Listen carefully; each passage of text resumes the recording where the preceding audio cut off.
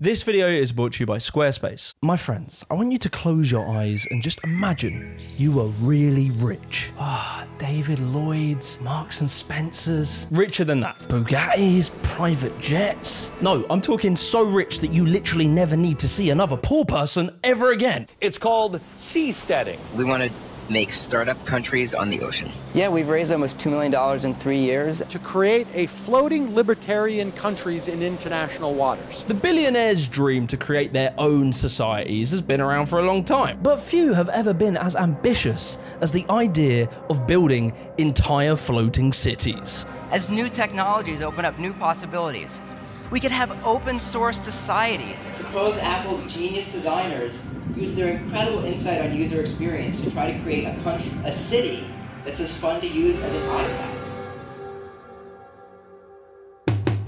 In 1968, a successful soap seller by the name of Werner Stiefel, he assembled an elite rich group of dope dudes to create a real-life Atlantis.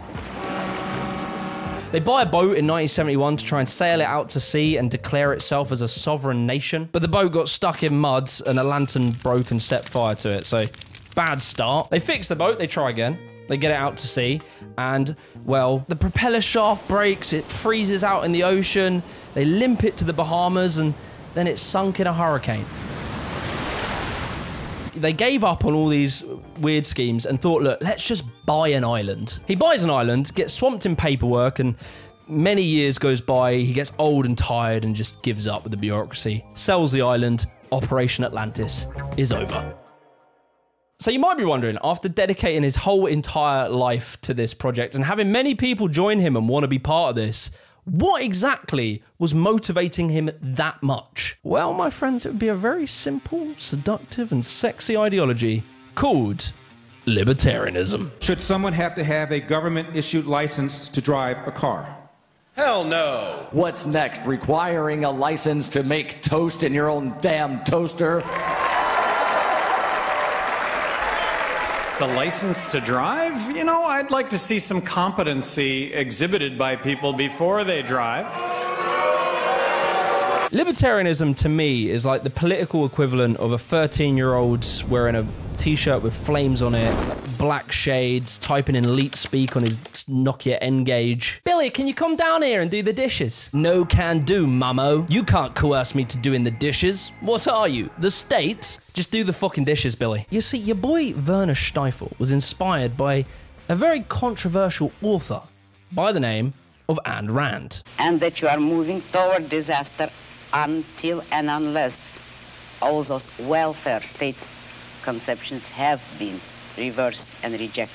Her books such as The Fountainhead, The Virtue of Selfishness, these books would become one of the key ideological underpinnings of many libertarians. Ayn Rand's basic premise was that in America, in the sort of the 40s to about the 70s, you know, the period of massive economic success, growth, and raising living standards, that period was actually awful because America was about to become communist Russia. What? Communist Russia? Oh, that sucks. I hate that. Ayn Rand was very influential, and specifically the book Atlas Shrugged would lay the foundations for Werner Stiefel to go and create Operation Atlantis. And that's because the main character, who was a cool dude millionaire by the name of John Galt, he managed to convince other very wealthy business people to join forces and build their own new libertarian society. The world you are living in is the world they wanted. Leave them to it. Those who have left you are eager to build a better world, a world of freedom and opportunity, a world based on mutual respect. In that world, you will rise in the morning with the spirit you knew in childhood, the spirit of eagerness and adventure, and the confidence that the world is what it is and is there for you to discover. And so, it wouldn't just be Werner Stiefel. There'd be many other John Galt wannabes that would pop up. Even Scientology would try and get a big boat full of billionaires, sail out to sea, declare it a sovereign state, make it a tax haven. Now, there is a reason why a lot of these rich people were starting to realize that you can avoid taxes by going into the middle of the ocean, by basically skirting outside of territorially controlled waters, and that's because of the rise of tax havens. Companies searching out tax havens is nothing new. In the 80s and 90s, there was an exodus to Bermuda and the Cayman Islands, where there are no taxes at all. A lot of the attempts I said earlier were just people taking a boat out into the sea or maybe going on a small island, etc. However, in 1979, Paolo Soleri turned around and said, boys, why don't we just build a floating island? Sea City.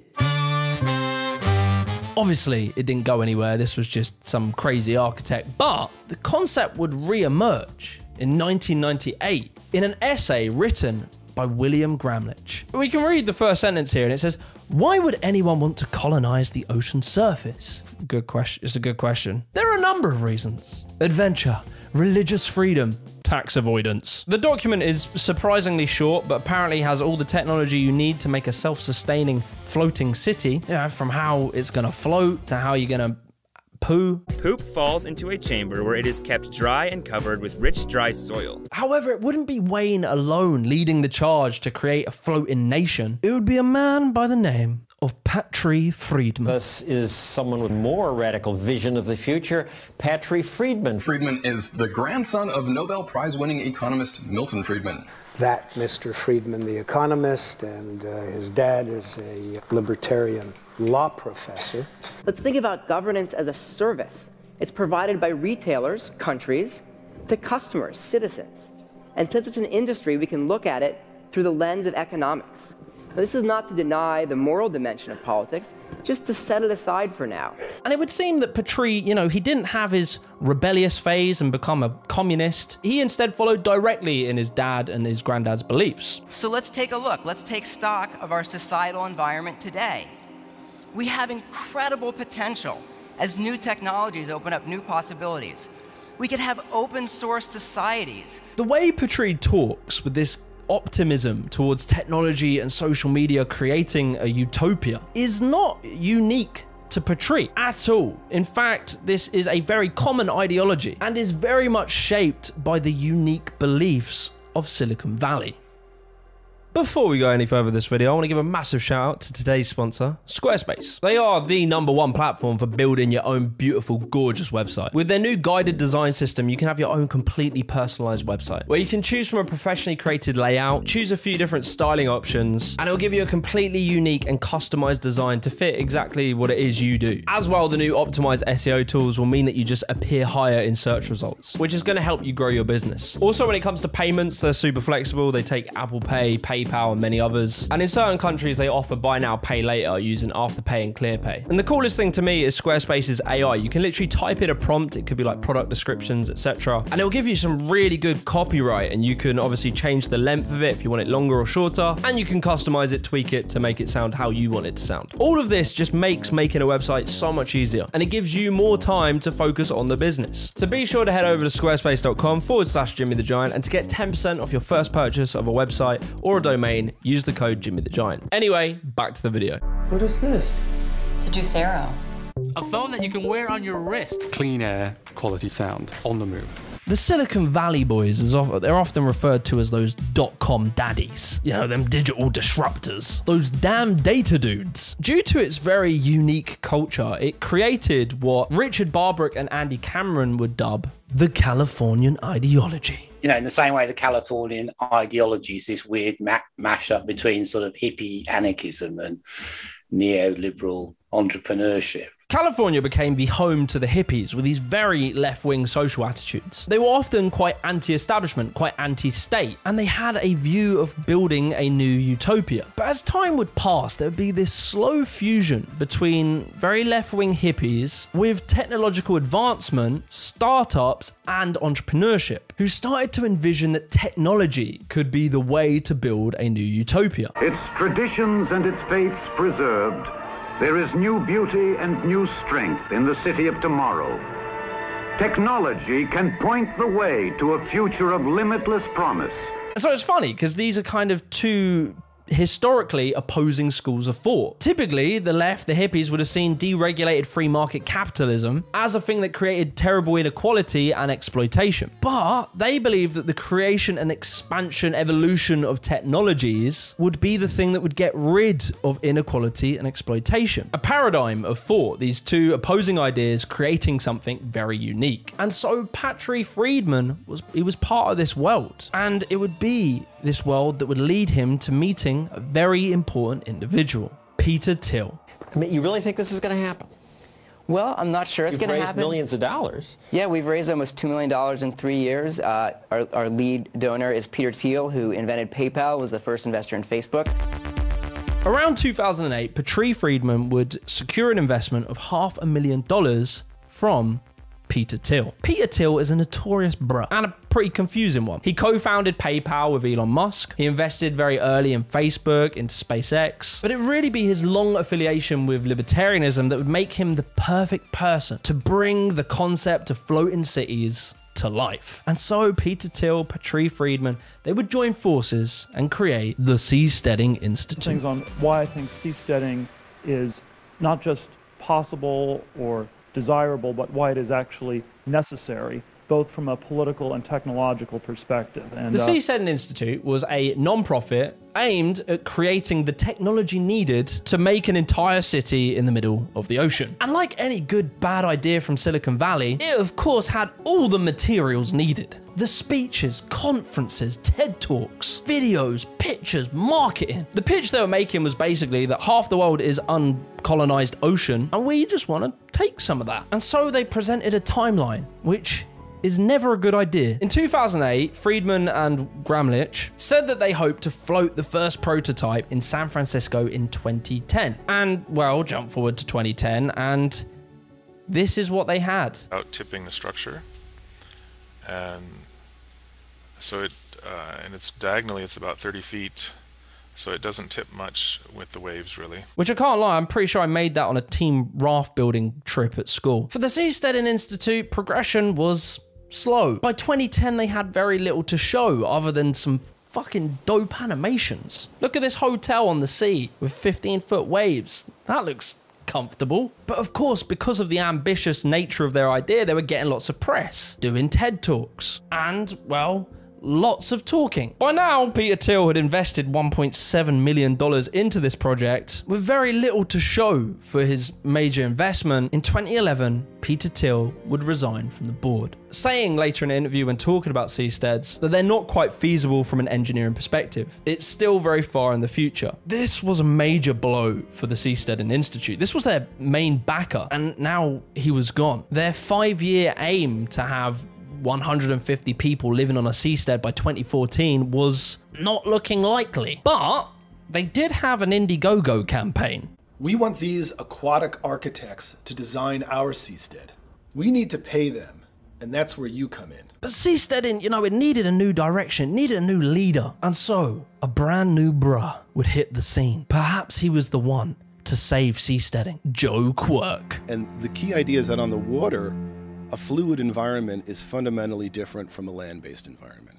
If you have a chunk of land, it's very easy for a conqueror to take it and declare monopoly control, and then the government doesn't advance. It has no incentive to advance. You see, your boy Joe was a smooth-talking Riz god. Compared to Patrice, who, I'm not going to lie, in some of his speeches, he had a few bombers. Not only humans, but human societies evolve, as we can learn from today's greatest sages, TED speakers. In my imagination, it happened more like that. Ooh, lasers. Most of us, at least. My country hasn't caught on to the uniform weights and measurements yet. Have condos yet. Please don't ask us to buy them, because people are like, sign me up, I'm ready. Really? You're going to move to one? Joe Quirk knew how to communicate, how to push the ideas forward. And that's because, well, he's actually an author. He's not a tech bro, he writes books about relationships. But you see, every good utopia needs its propagandist, or as Joe Quirk would call it, a seavangelist. And so, this is where the great pivot would happen. The huge non-obvious beneficiary of seasteading is the poor. One of the reasons I'm interested in seasteading is I think we have the potential to uplift a significant proportion of the bottom billion. The perception was that ultra-wealthy tech bros are trying to build their own islands to avoid taxes and regulations. But you know, after a massive financial crash, the whole tax dodging thing wasn't cute and fun anymore. And so, he writes, Seasteading, how floating nations will restore the environment, enrich the poor, cure the sick, and liberate humanity from politicians. Yeah, I mean, That was the claim. What looks like a floating kids park on water was actually Jesus in tech bro clothing. And so in 2014, they put out their list of goals, starting with their plan to feed the poor. Ricardo Radulovic, an agricultural water scientist from Costa Rica, wants to transform greenhouse gas and ocean pollution into food for the poor. By mixing seaweed flour with wheat flour, Ricardo is working to end malnutrition in the developing world, which is where he comes from.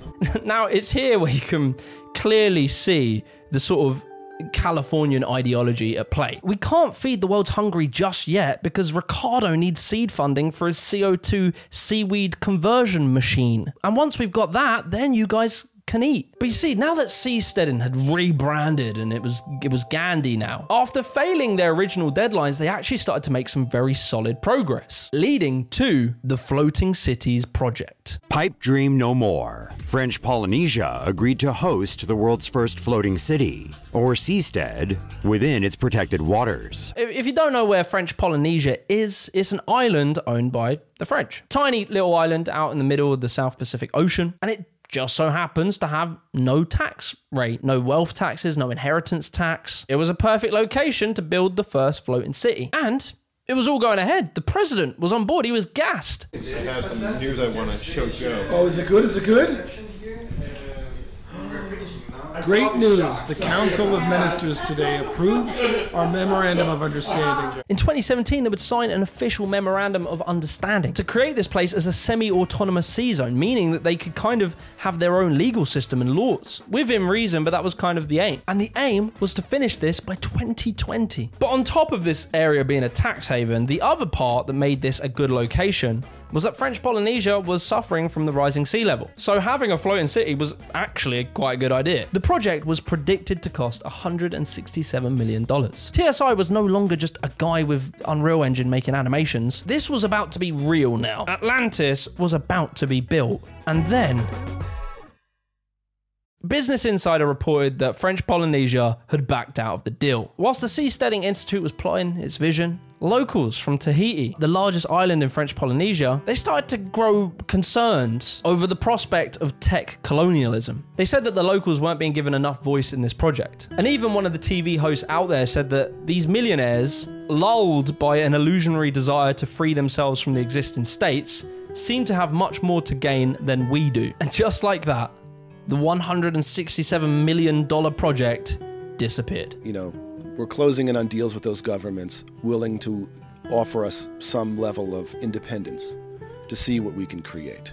The main big criticism that this idea of seasteading gets is that it's a tech bro elitist movement to get away from paying taxes and following laws. So let's dig into this claim a bit more. We can go on their website and look at the FAQs. Oh, looky here, how convenient.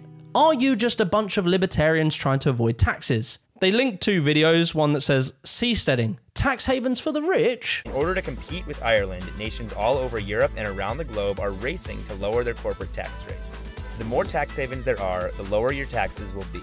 Their defense in this video is basically, there's loads of tax havens everywhere. They're everywhere. And actually, the more tax havens there are, the better, because it means that your taxes will be lower. And by your tax, what they really mean is lower tax for the ultra wealthy elites, which in turn will create a tax deficit, ultimately raising the tax on people who can't go and move to different tax havens. But you know, let's stick with what he said. So they're not even trying to deny that they're making tax havens. They're just saying tax havens are actually good.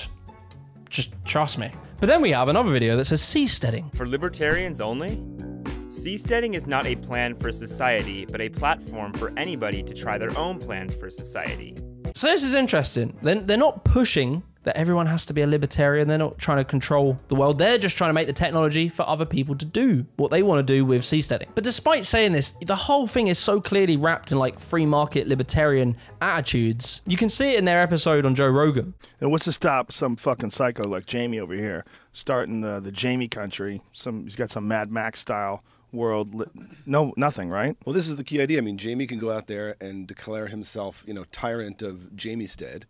But the problem is he has to attract people to come to his seastead. If you're on the water and countries can only form if people choose to attach to each other, There is no land unless you attract people to come visit you.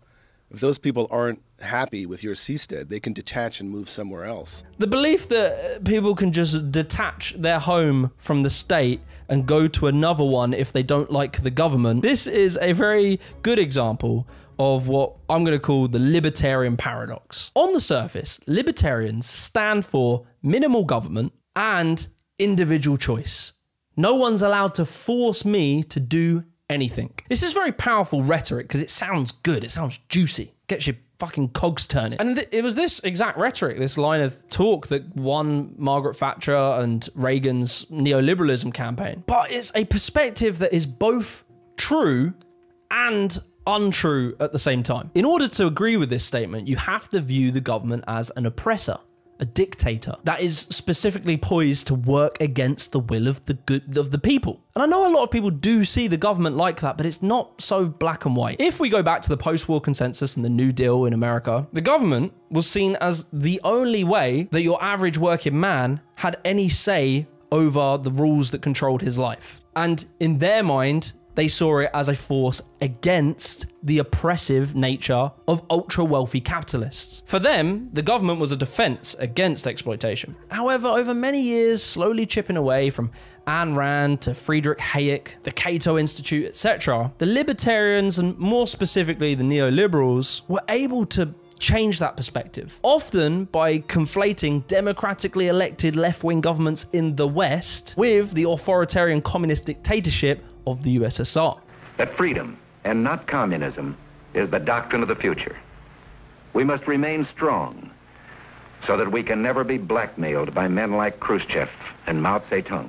So what is it about the ultra-wealthy and why do they love libertarianism so much? Well, if we go back to that before period, before the post-war consensus, the industrial era, etc., that style of economics was called laissez-faire. And basically, it was very similar principles to what libertarians say. A small government with low taxes, low regulations that didn't affect the free market. So, you know, that period was great. It didn't have evil dictator governments oppressing the people. It just had very wealthy, exploitative businessmen who would push people into very harsh working conditions and very low living standards. So I hope you understand what I'm saying is that there is a paradox here. Yes, those people were free. They were free from certain powers of the government, but they weren't free from the power of the ultra-wealthy. And so, yeah, while you're technically free, your only line of defense, which was a democratically elected government who can campaign for increasing living standards for the working class, in the libertarian world, that government is heavily nerfed. And so it's very easy for big businesses and ultra-wealthy people to exploit workers. So to bring it back to the seasteaders,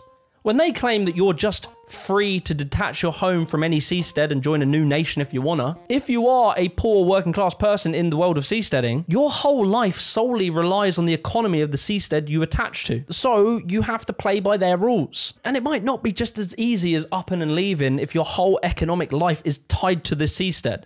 You'd need to hire millions of people to have these farms. I don't think you and I are going to go work an algae farm, but I think people in Yemen or Somalia or Afghanistan would gladly take jobs there.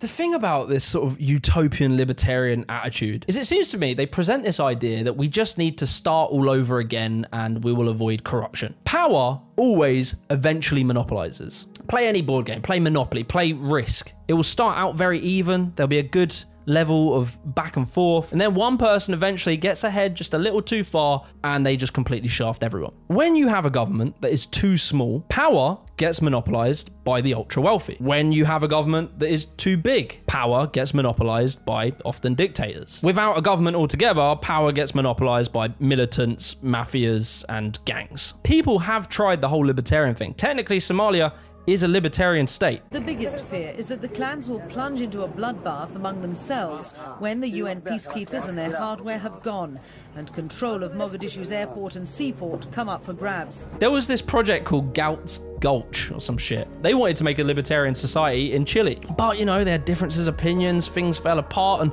when they wanted to quit and get their money back, they realized actually you need a government to be able to ensure that people don't break the law and get your money back in situations like that. This sort of belief, this utopian ideal that if you just have no government or very minimal government, that power will naturally balance out. Suppose under your system of self-sufficiency, one single corporation were to get a stranglehold on a vital product or a raw material, uranium, for instance, which might be vital for the national defense, and then would refuse to sell it to the government. Then what? Under a free system, no one could acquire a monopoly on anything. It ignores reality. Because simply put, if the natural order worked out like that, then it would have played out like that historically, but it never did. And so if we look at the Seasteading Institute now, 15 or so years on, the most they were really able to achieve was making these kind of cool pods that to me look like just a novelty Airbnb. The American Bitcoin trader and his Thai girlfriend had been living here until Thai officials discovered their seasteading videos on YouTube. But if convicted of violating Thailand's sovereignty, the pair face life in prison or the death penalty. But clearly, they never achieved their 1,000 person country. And just as a final point, I want to be clear, I don't knock the technology. The idea of building on water is good, especially as the sea level is rising and certain places are going to go underwater. And there are people still pushing this, and it looks like some of them will be built at some point in the future, but not out at the seas, inside people's borders. I find this exciting. I think it'll be very cool and it'll be amazing to visit. Seasteaders also talk about floating hospitals. You know, hospitals that can travel around the world and deliver care to different places. Because a lot of people are worried about quacks. A lot of people are worried about people that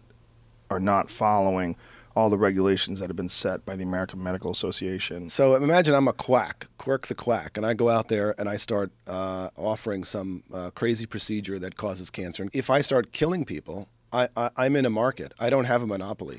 The first seastead that like kills somebody or causes a disaster, that will be the end of that seastead. No one will move there, no one will go there, no one will invest in it. Ultimately, the entire ethos of like libertarianism and their claim that regulation slows down innovation is true. Bureaucracy can definitely slow down innovation. It can stop good technologies being made at a fast pace. But regulations exist for a reason. There are many, many scientific experiments that came out of World War II that definitely progressed the world, but they used abhorrent practices. Look at how in America, even with regulations, the opioid epidemic was created with legal drugs. Imagine if there was no regulations at all about anything. Things like the opioid epidemic that don't show up instantly and take time for people to realize there's a problem. With no regulations, there's no power to stop that. But Joe Quark's belief is, well, if I start killing a few people, the newspapers will report on it and I'll lose my business. But we know that's not true.